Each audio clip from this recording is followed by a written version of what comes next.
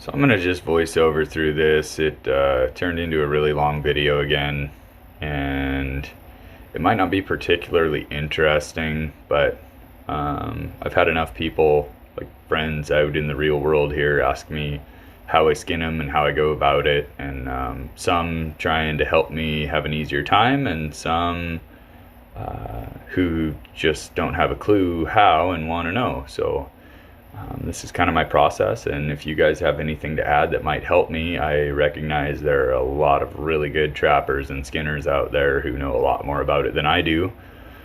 So we'll start here. I split the legs and I split the tail. I do not case my hides because I finish and tan them myself, and I have a much easier time tanning a round than I do a cased hide. And I split the tail because the hide tanning formula that I use, the directions say to split the tail, and it seems to make it a lot easier for me to rub the salt in and get it really worked into the hide. The salt is the thing that sets the hair in the hide, so that way the hair doesn't slip later on, so the hide is permanently furred. And it really helps me to get salt worked really well into a green hide if I split the tail and split the legs. So after I split the legs and the tail, I run an incision all the way up, the ventral side of the animal. I do remove the vent, which is, it's anus and, vagina or genitalia.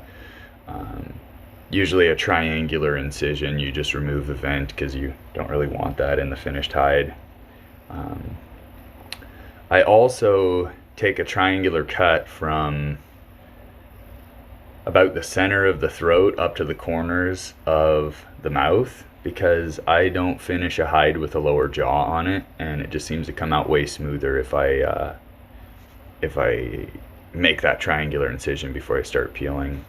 And as you can see, this coyote, another one shot with one of those 73 grain ELD match bullets, and the animal was about 200 yards away, and I shot it standing offhand, and so I missed a little bit back, you can see here, and she was facing a certain direction, so the exit hole is right there through the lower guts, and so it turned into kind of a stinky chore.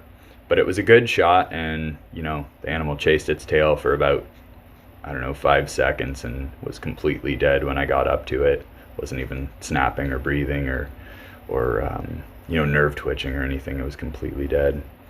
You could see the hydrostatic shock from that bullet all the way down on the thigh meats, when I was doing the leg skinning portion. So another good bullet.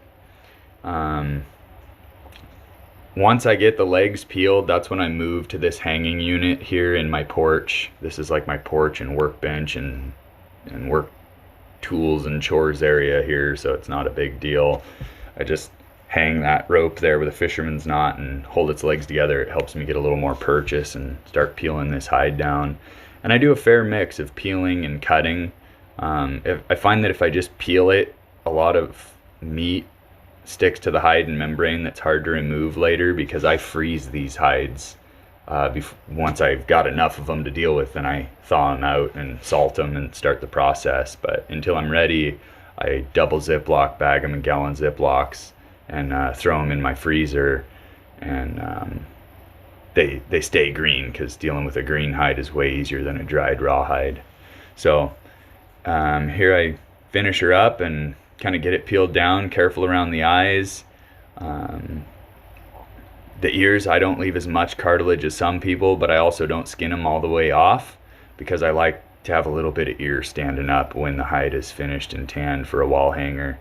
I'm by no means a taxidermist. I just like having like Indian tan, like soft hides around. So turn it right side out, and there she is. Okay, so this part, I do a light wash before I put them into the freezer. It doesn't do much, like it's not a finish wash, they're still filthy. But when you do that, you want to put a pretty good shot of salt in the water, and then don't make the water super deep. And then I found that shampoo, like regular hair shampoo, I use Head and Shoulders, and the smell is pretty pleasant, and it really cuts a ton of the odor out of these things. And you can see just a ton of blood, dirt, all kinds of schmoo comes out of these guys. And so the salt water, adding salt to the wash water,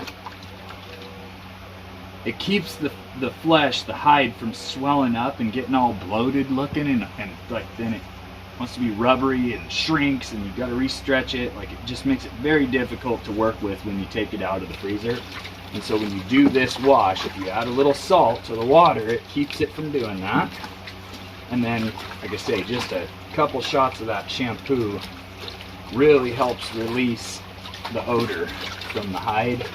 And when you're sticking coyote hides in the family freezer, your wife really appreciates when they're a little more clean when you stuff them in there.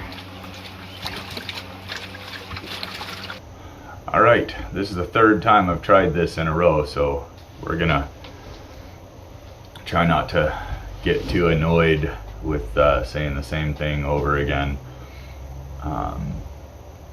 So this is by no means comprehensive or a complete lesson on how to skin or how to finish hides, but it's kind of a start, and it's how I do it. And so if you guys have anything to add, I would really appreciate it, because there's probably some damn knowledgeable guys out there, and I could use all the help I can get usually. Number two is when I get ready to actually finish these, I think I've got 3 or 4 in the freezer, and they're in various states of winter to spring, summer molt.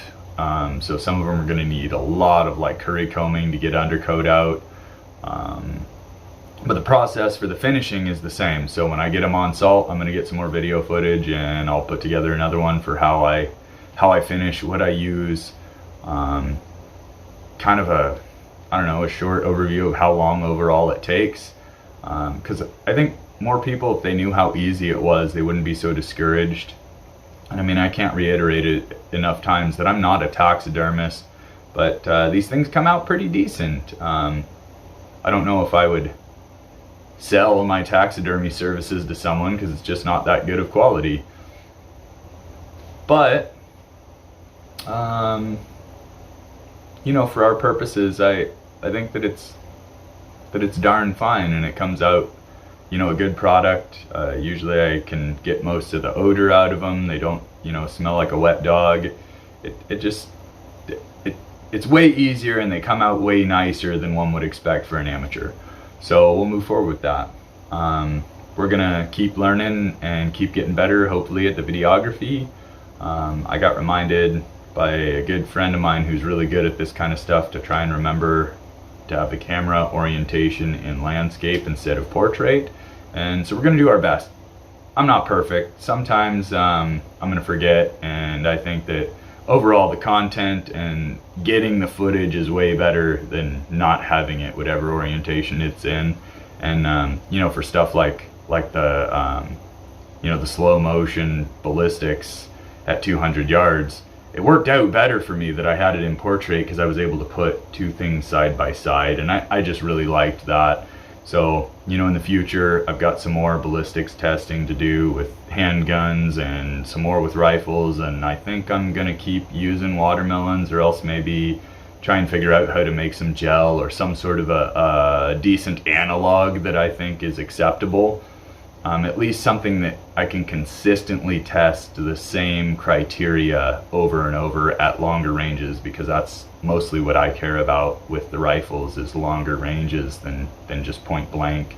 And then with the pistols, point blank is what I care about. 7 to 25 yards. That's the money zone for handguns for me. So we're just gonna keep moving forward with this. Forgive me for my indecencies with video making, and if you guys stick around, good stuff's gonna hopefully keep coming. And next time you see us, we'll be hopefully salting down some hides and getting them ready for a nice Indian tan. So have a good one, and thanks